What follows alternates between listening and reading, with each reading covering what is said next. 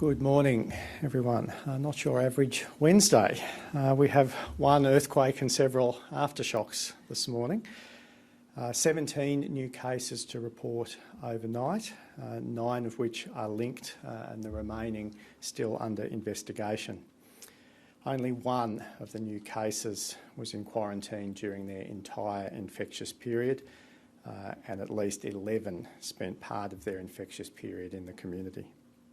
There is still investigation underway of these cases, but the potential risk from the cases announced overnight, particularly the number that have been infectious in the community, is of concern. Hospital numbers have increased slightly to 12 currently hospitalised, and 2 are in intensive care, both requiring ventilation, and neither of the individuals in intensive care are fully vaccinated. Testing numbers are a little low at 1,988.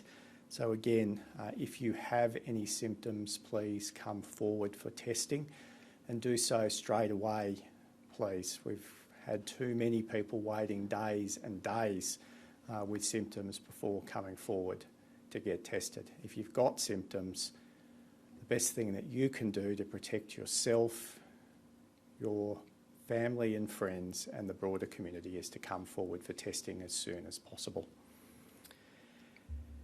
ACT Policing and the New South Wales Police Force have been joined by the Australian Defence Force in a series of major border crossing patrols around the ACT. So this is a reminder to everyone that you need an exemption to travel into the ACT, and there will be active patrols between New South Wales ACT Police and supported by the Australian Defence Force.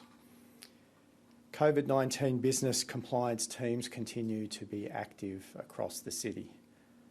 Compliance is generally good, but where it is not good is in the one consistent area that we have been repeating nearly every day now for the duration of this lockdown, and that is mask wearing amongst employees in business sites.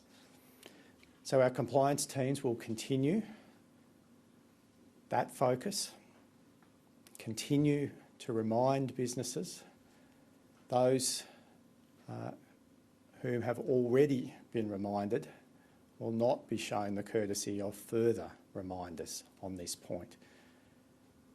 It's just so frustrating for everyone who is doing the right thing to see that we still have workplaces, businesses, where mask wearing is not occurring.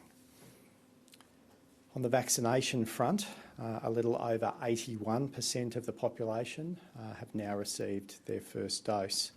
Now that percentage continues to climb daily, and based on the forward bookings we have for people under 40, is now on track to exceed 95% of the ACT population. Around 56% of the population are now fully vaccinated, and again, based on second dose bookings, this too will exceed 95%. So it is clear that Canberrans want to get vaccinated, they are signed up to get vaccinated, and a more vaccinated Canberra is a safer Canberra. The ACT Government has today announced that we will hire an additional 90 nurses and midwives into our public healthcare system as part of a $50 million investment in next month's ACT budget. Our local healthcare workforce has been there when our city has needed them most. Many have made significant personal sacrifices to support other Canberrans throughout the pandemic, providing tens of thousands of COVID tests and vaccinations over the last few months. I speak for all Canberrans in thanking our nursing workforce for their support throughout the pandemic, as well as the doctors, midwives, allied health professionals, in fact the entire local healthcare workforce who have gone above and beyond to support their community in this most difficult of times. Thank you to everyone who has done so much for our community.